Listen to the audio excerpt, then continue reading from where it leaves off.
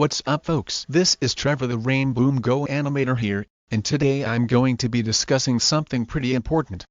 Today we're going to be talking about why suggesting people to cut ties with people they hate is the better option than forcing them to cut ties with people they hate. When helping someone navigate a toxic or damaging relationship, suggesting they cut ties is almost always more effective than forcing or issuing ultimatums. While watching someone you care about interact with someone they or you despise is frustrating, attempting to force the separation usually backfires. Here is why suggesting is the stronger, healthier approach. 1. It avoids psychological reactance.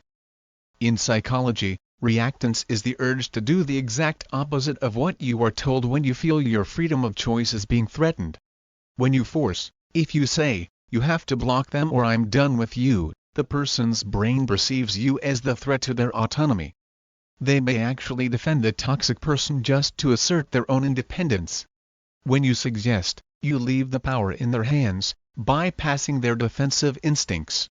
This allows them to genuinely evaluate the toxic person's behavior without feeling cornered. 2. Closure requires internal motivation. Cutting ties is a massive emotional undertaking. For it to stick, the decision must come from within.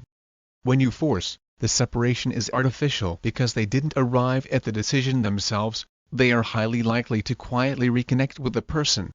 When you suggest, you plant a seed. It might take time to grow, but when they finally decide they have had enough, the boundary they set will be authentic and permanent. Because it was built on their own exhaustion, not your demands. 3.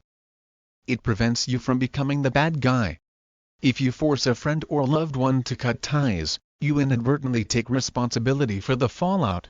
If they feel lonely, guilty, or nostalgic after the cutoff, they won't blame the person they cut off, they will blame you for making them do it.